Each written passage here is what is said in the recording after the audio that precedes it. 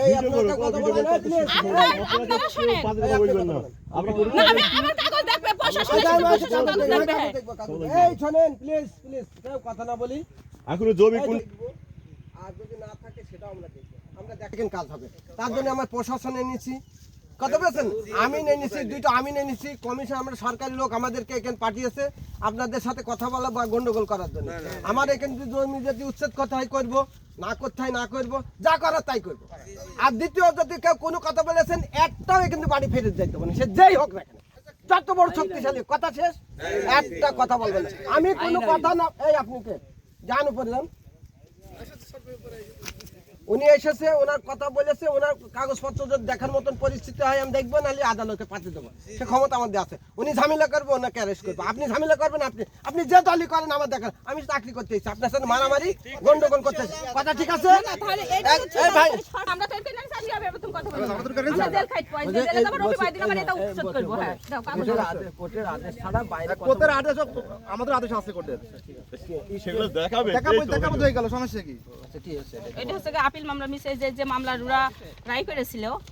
প্রথম পক্ষের এ দেখেন সেটা হচ্ছে রায় মানে আমরা ডিসেম্বরের মাসের পরে তার হচ্ছে আপনি মিস কেস করেছেন মিস কেস আপনি কাগজ দেখছেন কেন কাগজ দেখবেন এটা কাগজ দেখতে নিয়ে আপনি কেন কথা এটা মিস আপিল কত টাকা খাইছেন আপনি আপনি একবার আমার কাছে টাকা খাইতে পারেননি সে বলে সে একটা কথা বলবেন আমি তো প্রমাণ কথা কম বলেন আপনি ধমকি দেন না আপনি কোর্টে কি বলেন আপনি কোর্টে বলেন টাকা চাইলেন নোটিশ করতে 4000 টাকা দিলাম না বলে আপনি কথা হ্যাঁ পুলিশ স্টেশন আমি অ্যারেস্ট করব হ্যাঁ আসেন অ্যারেস্ট করেন আসেন ওনাকে অ্যারেস্ট করে গাড়ি আমার কথা শুনুন আমি যাব জেলখানায় কথা বলতে দাও না আমি যাব তুমি কথা বলো কেন ভাই যাও এস্টেট অর্ডার নিয়ে আসতে হবে দখলের এস্টেট দখলের এস্টেট কিন্তু দখলের এস্টেট হ্যাঁ না দখলের এস্টেট দখলের এস্টেট অর্ডার দেখাবে না ফিরে চলে যখন মামলা রায় হয় তখন তার দখলের এস্টেট বন্ধ হয়ে যায় যখন মামলাটা আপিল করা হয় তখন বন্ধ হয়ে যায় না আইনজীবীরা কথা বলবে আপনার শুনতে হবে না আপনার বক্তব্য শুনবেন কোর্টে বলবেন আমি কথা বলবো না বললে যদি সে কোর্টে যায় কথা বলতে পারে তাহলে আমি কোর্টে যাব তাই তার জমিতে আসলো কিসের জন্য তাই না জমিটার সাথে একটা আছে তাহলে আমার ইচ্ছা মতন আমার জানা মতন যদি কোনো রায়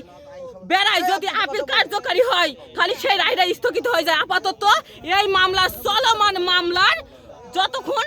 জজ সাহেব তার যে কোনো একটা ডিসিশন না দেয় জজ সাহেবকে আপিলের কোনো ডিসিশন দিয়েছে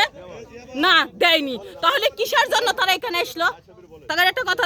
আসা দরকার আছে আর ওই যে জাহাঙ্গীর কি করলে যে সরকার চেঞ্জ হয়েছে তাহলে এর আগে আওয়ামী লীগ সরকারের লোক কেন জাহাঙ্গীরের ভুইতে আছে তার ডকুমেন্টস আমার কাছে আছে সে তাহলে ঋতু বদলানোর মতন বদলাই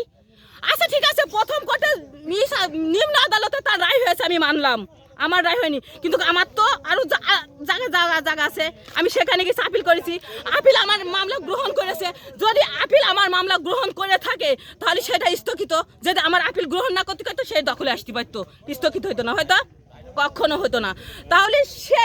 এই যে বাদে কাজগুলো করে ঠিক না হ্যাঁ আমি বললাম তার রায় হয়েছে সে কেবল ফাইনালে সেমিফাইনালও যায়নি সে কেবল টেস্টে ওলা হয়েছে তাকে সেমিফাইনালে ওলা হতে হবে বিশ্বকাপ নিতে হলে তাকে একদম ফাইনালে যে কাপ নিতে হবে আমি যখন আপিলে করেছি আপিলে আমি তাকে ছেড়ে দেবো তাকে এখান থেকে যদি আপিল আমার গ্রহণ না করে আমি ঢাকা হাইকোর্টে যাব ঢাকা হাইকোর্টে যাওয়ার পরে জাহাঙ্গীর সেই জমি দখলে আসতে পারবে তখন তার ফাইনালে রায় আসবে হ্যাঁ কিনা তাই বলেন অবশ্যই আসবে